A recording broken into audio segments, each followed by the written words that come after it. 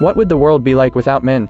Leaders are women, the police are women, and all the babies they have are female. 8 years ago, a strange disease killed all the men. Only women were left. So they created a new country. Everyone had access to education and healthcare. There were even exclusive biological holidays. This day, at a conference, the leader was leading the crowd in an impassioned chant, but there was a girl named Ellie in the crowd with a look of resentment in her eyes. It was obvious that she wasn't happy with her current life of domination. And so it was. Ellie, who had offended the leader, was locked in a small room by the officers, and beaten with a peanut on the back of her neck. But don't worry, the peanut is not fatal. It can cause confusion or even permanent dementia. Luckily for Ellie, she had one last shred of sanity. She looked at the tools in front of her. She was ready to do something to herself. By the end of the night, Ellie's sister and friend came home to find Ellie gone. The only thing in the bathroom was a paint-stained towel. Ellie's sudden disappearance has left her sister and friend distraught. They were about to drive out to look for her, but when they started the car, they hit something. They got out of the car in a hurry to check it out, and Ellie appeared out of nowhere. They were shocked. Turns out it's not the first time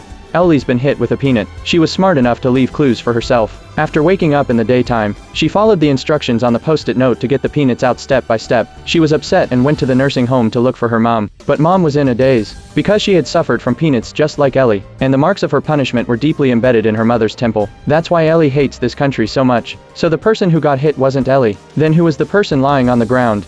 Ellie was curious. She turned the person over. They were horrified by what they saw. After 8 years, there was a man in this country. In order to identify the real one, her friend had the courage to pluck at the man's beard.